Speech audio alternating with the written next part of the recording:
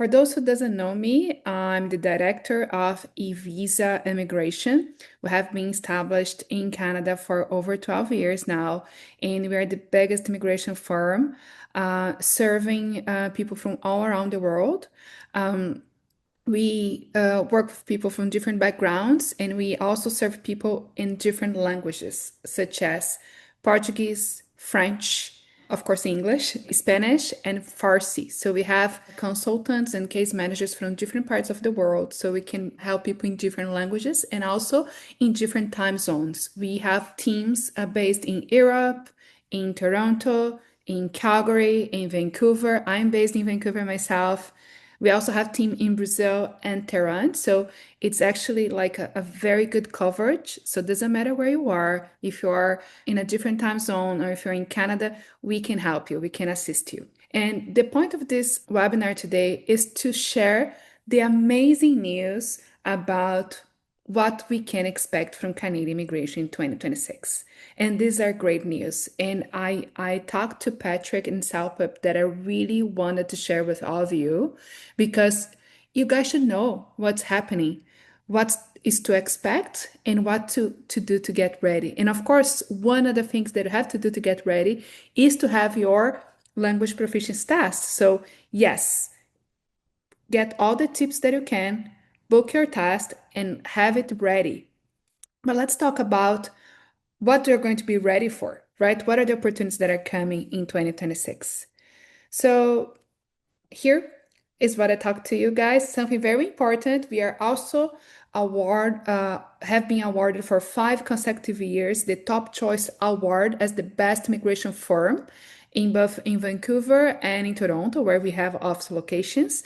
And we have been nominated again this year, and the voting is happening. So if you don't know our company, please find us on our social media. We have channels in different languages as well, and we'll be very happy to have your support and contribute to your Canadian dream by providing advice, information, education, and many more, everything that's related to Canadian immigration and life in Canada. Well, I already introduced myself, Director of Immigration and also a regulated Canadian immigration consultant. This is very important. I see a lot of people taking advice from people on the internet, from influencers. I could consider myself an influencer as well, but don't trust everybody. It is very important that you trust people that are licensed to help other people to study, work, and immigrate to Canada, okay? And not only me, but my team has the regulated Canadian immigration consulting license, and we are here to help you guys in the proper and correct way. So be aware, don't trust everybody, especially if this person doesn't have the license and doesn't have experience. And here I can tell you, we have a great team, and combined, we have lots of experience in different kind of applications. So let's talk about what's coming in 2026. But before we say the positive news, let's discuss a little bit about what's happening currently, right? What's the current situation? So right now we are coming from a very downside, right? A down moment. People are stressed. People are not as hopeful with migration. Their requirements very hard to meet. For example, the points on express entry. We see very high points for people qualifying for Canadian Experience Class, even for other categories where we are having some draws happening, but we don't know when they're going to happen, right? So, for example, some occupations they select more than others. There was pretty much a gap in 2025 on the PNP pathways in most provinces, not all, but in the main provinces, for example, Ontario and BC, we had very little movement in terms of new invitations. LMIA became a nightmare for a lot of occupations, a lot of people in different areas. So it became a way harder to qualify. And people are, stressed, anxious, and you know, it is difficult to move forward.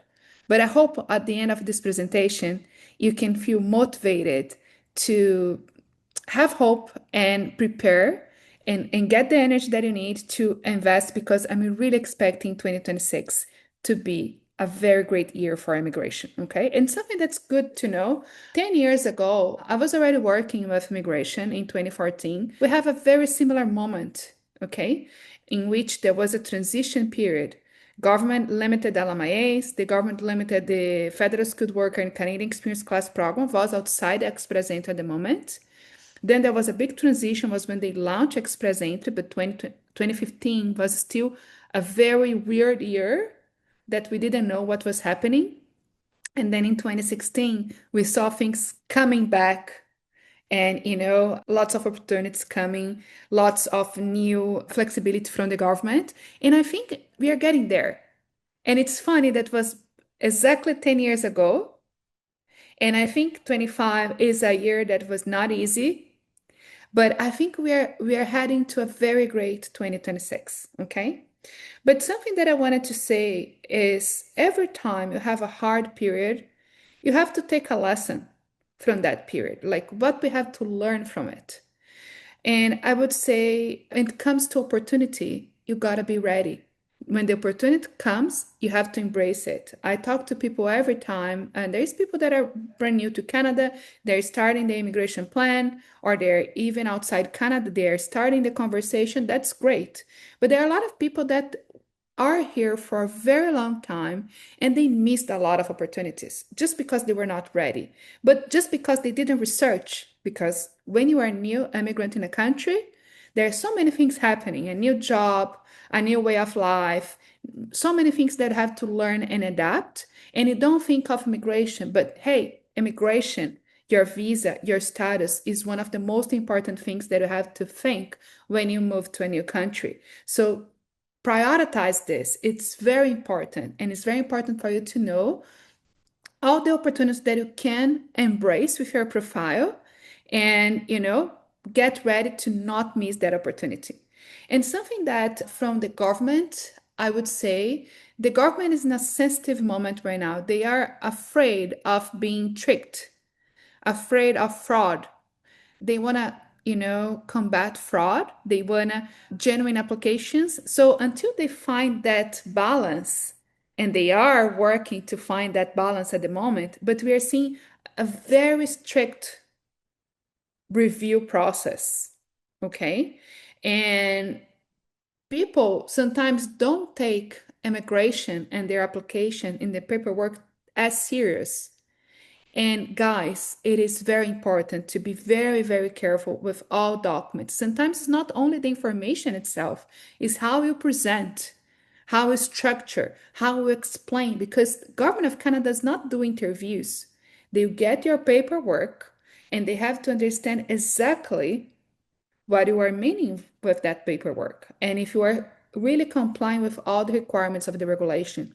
So being prepared is also like not only having a good strategy, but being prepared to provide the best paperwork possible, right? So if you choose to work with a professional organization like us, with a licensed consultant, we can help you with that. Prepare a good application package so that we increase your chances of success, okay? And guys, Canada has the eyes open for fraud right now. So don't be creative, okay? Canada really is a great country because people follow the rules here. And you should too if you are preparing to move to Canada. So make sure that you prepare your plan within the lines, like as you should. Okay. Well, so let's talk about the news about 2026. And there are a lot of information about what it is coming. I want to start with the message from the minister, okay? Well, so first, Canada is focusing on economic immigration. And from the 380,000 new immigrants expected for 2026, 65% of that number is through economic immigration. Who are the people coming for economic immigration? People that come as a student and then transition to the post-graduation work permit, they are economic immigration because they're coming to work, right? But they don't count as an immigrant, but they are candidates for the economic migration. And then people that are interested in applying for express entry, provincial nominee programs, um, regional programs such as the Atlantic Immigration Program, the Rural Community Immigration programs. So all these programs are under the economic immigration class, okay? And Canada has pathways for those who are overseas through the French priority and through the in-demand occupation. But the main focus of the Canadian government is to assist those who are in Canada temporarily through transition to permanent residency. So that's why it was very good to see that when Patrick asked you guys where we were from, the biggest majority of us are already in Canada. Okay, so that's good news for you guys. Canada is really looking and putting that in the statement that they want to prioritize this transition. Okay. There is one of the highlights that they say they wanted to reduce the number of temporary residents in Canada. Okay. We will talk more about that in the next slide because the government's being sneaky a little bit about that. Okay. I will talk more about it. And Canada will continue to prioritize people that speak French and wanted to settle outside Quebec. But because all the provinces except Quebec speak English, English is still necessary, even though when you apply for the French category, okay? You only have the 50 bonus points that give you give you a head start in the points if you have both English and French. And then the biggest news is the Canada will have a one-time measure. Sorry. Okay. Let me jump here. I'll go back. This is the biggest news.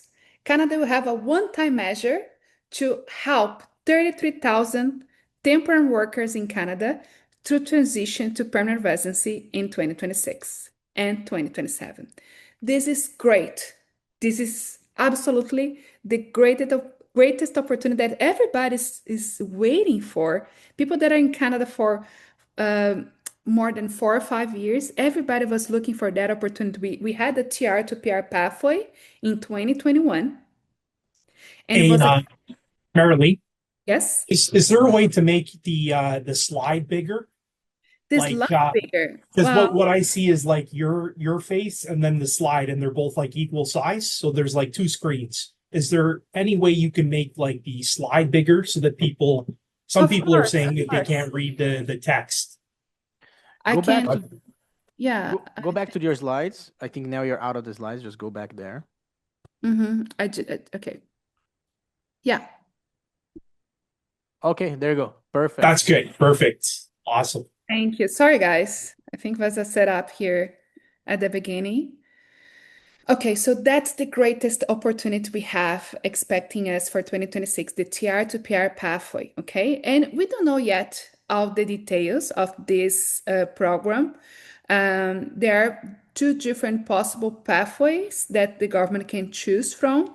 One is to create a completely different program, as they did in 2021, with specific criteria, specific requirements, and they will announce the requirements and they will announce the date that they will open for you to submit the application. And if you take as a baseline what happened in 2021, they announced the criteria in 14th of April 2021, and the program opened in May, actually was on May 6, 2021. So like it was pretty much 20 days for people to understand the requirements and prepare the application and prepare all the documents, including, for example, the language proficiency test. So what happened, and Patrick also knows about it, people were trying, like as soon as the government announced the criteria, people were trying to book the test because they didn't have the test ready. And then like in few hours, there was no test availability in Canada. All the spots were taken. And people were considering even traveling elsewhere to do the test to qualify for the program. So you gotta be ready.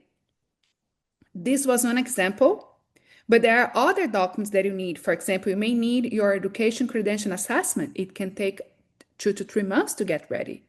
You may need translation of your documents, translation of documents. You can get fairly fast in 5, 10 business days, but if there is a high demand of orders, all the translators will be also very busy, and that may increase the time or increase the price, right? So don't be that person that will wait to see the requirements to get ready. Because if you are already in Canada pursuing an immigration pathway, you're not going to waste that preparation. All the documents that you're going to use for a possible TR to PR pathway, it is also the same documents that are going to use for most of the economic migration pathways.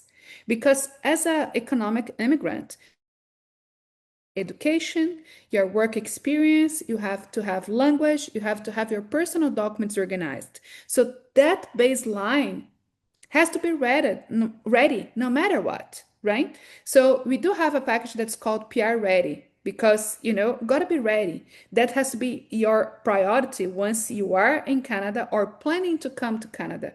You gotta be ready. Like I have a great number of clients that even that when they are overseas and they start planning their transition to Canada, even as a student, they already start organizing their documentation. That's great because there are a lot of documents that are easy for you to prepare when you are overseas because you can talk to former employers, because you can go to your university and ask your documents. So be ready for this opportunity, okay? If that happens anywhere close to what we had in 2021, a lot of people were left out because they were not ready, okay? Another thing that happened in 2021 was a big draw, Canadian Experience Class. At the time, the government did one draw and they invited everybody that had Canadian Experience Class in the Express Entry pool, okay? And at the time, the cutoff points were 75, which is nothing. It was minimum. And 27,000 people were invited at once, okay? We don't know it's going to be like that, but also can happen, right? So another reason that is not only recommended that you are ready with your baseline documents prepared, but also that you create an Express Entry profile because we don't know yet how the government is going to select these 33,000 people, what's going to be the criteria. But either way, you have to be ready. And something that's important to also know is that if 33,000 people, okay, can find the immigration pathway. And the important thing is this 33,000 is not included in the 380,000 target that the government has for 2026, okay? So to be honest, the government's like including a narrative that's, hey, we are going to reduce immigration because that's the current pressure that they have from general population. But they said, hey, it's going to be 380,000. That's a reduction. But it's 380,000 plus 33 and plus other numbers. So it's a little bit tricky. It's a little bit sneaky. That's what I mentioned before. Okay.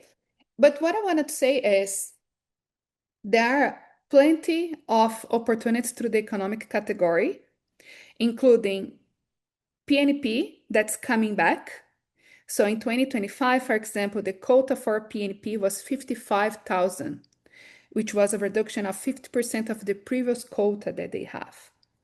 And this resulted in a lot of PNPs being very hard and people not really, unless they were very, very, very specific profiles, they were not very using the provincial nominee program, okay? But provincial nominee programs coming back in 2026. We can see here that the quota from 55,000 to 91,500 pretty much reached the previous level, okay? So be ready as well for PNP because it's coming back. And at any time now, the provincial governments can start selecting people through their PNP pathways, okay? And then we also have a great quota for the Express Entry, 109,000 people. And as we see the greater distribution of different quota for different programs, right now what's happening is we had a similar number in 2025, but because we didn't have any other pathway, PNP was limited. there was no peer-to-peer pathway, right? Everything was federal. So it was limited, put so much pressure in only one program. But now, if we have the one-time initiative, peer-to-peer pathway, plus the comeback of the PNP, and continue to have a strong express entry strategy, the pressure gets divided among all these pathways, and we see more people being invited. And express entry points will eventually also come down because different people are choosing different pathways. So the competitiveness of the pool of express entry will reduce. Okay. And remember, the 109,000 applicants on express entry does not include those that are selected under the French priority category. These are a separate category that includes over 30,000 people just through French. Okay, so 109 is Canadian experience class, is the in-demand occupations. Okay. I will go back here to talk about the reduction of students and workers. That a lot of people got upset with those news, but again, the government has been a little bit sneaky in terms of how they are presenting the information, because in one hand, they reduced the students from 305,000 to 155,000 students planned to be accepted in 2026. But following the news, they announced that there is no cap for graduate students. If you're applying for a master's or a doctorate degree in a public institution, you are not included in that cap. So it's a way to say, hey, I'm reducing, but not reducing really, just, changing how you see things. And that's great. And we see actually a priority for highly educated people being in the works with IRCC, because earlier this year they also mentioned that they are considering a new category of occupations, including senior managers, researchers, and military personnel. And now there's this movement to prioritize students in the graduate streams. And even if you come for a doctorate degree, your application is processed as a priority in 2 weeks. Doesn't matter the country you are. Okay, so we see there are great news about the students' pathways. If you are outside, for example, and planning to study in Canada, I would recommend, of course, if you're young, you don't have a undergrad, then start with the undergrad. 155,000 is plenty of allocations. And to be honest, we know that there was a big reduction in certain, for central countries specifically, where they found the most fraud and the most issues. So, for example, countries such as India, Bangladesh, these countries are suffering right now, but we don't see the same for countries that have a good history of compliance, such as Brazil, Latin America, European countries. With Asian countries like Japan, South Korea, we don't see issues, okay? So the reduction was mainly targeted to certain markets, I would say. And even it's not a considerable reduction if you see that they also eliminated some certain degrees from the cap. Okay. Okay, so we talked all about it. Okay, and the 3 priorities here: providing job opportunities to people who are already in Canada, and supporting Francophone growth. So you see, all we hear is the government saying that they wanted to reduce immigration, but the Francophone immigration, it will continue to grow year per year, right? So we can consider strategy, either if you're in Canada or outside Canada, for you to combine your English with French as one of the immigration strategies for you to follow. This is definitely a good pathway because it is the priority of the government until 2029, okay? And as I mentioned, there's the comeback of provincial programs, and we also have other regional opportunities such as the Rural Community Migration Pilot and Atlantic Immigration Program, for example, okay? So To conclude, more focus on economic migration, return of provincial immigration opportunities, priority given to skilled immigrants already in Canada, the one-time initiative for 33,000 skilled workers that are already currently in Canada contributing to the economy and paying taxes. They will have a support from the government of Canada to transition from temporary to permanent residency. A possible new criteria for senior management, research and development, and in-demand occupations. So if you are in one of these categories, also be ahead of the game and be ready to apply. Have your profile, have your baseline documents, have your strategy set, and start organizing your documents because that is probably coming. Okay. And if we're starting our plan, I would say try to stay away from the bigger cities such as Toronto and Vancouver. Try to move to smaller cities because we see that there is a preference of Canada to kind of spread out migration. And there are so many new regional programs that you can explore. And even within the PNP programs, for example, here in BC, you have additional points if you're outside Vancouver. In Ontario, you have specific selections for people outside Toronto. So it's definitely a good opportunity for you to, if you are considering moving, or even if you're in Canada, maybe it's a good idea to consider that in your planning, okay? And again, French continue to be a great opportunity to learn as an additional skill because can put you ahead of the game as well, okay? And business immigration, a lot of people ask about business immigration, especially because although all the great news about migration, business immigration was really affected. The quota came down from 5,000 to 1,000. And people were really upset. Programs such as Startup Visa became more competitive, continues to be accepted. I had a client that was accepted and received LOS just last week. But I would highlight the Alberta Foreign Graduate Entrepreneur Program, because even though it's business immigration, it counts under the PNP opportunity and can be a great program for people who want to establish a business to come to Canada, okay?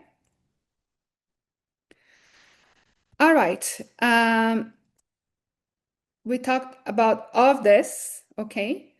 I just want to say that if Canada is also receiving a little bit less students in the next years, the competitiveness becomes less, and we will see like an easy structure to follow for permanent residency in the months or years to come. Okay, so that's something that you have to consider as well, to put your hopes up and prepare with fresh eyes for what's coming, not focusing on what was in 2024, 2025. We already established it was a difficult year for immigration, but you have to look ahead, okay?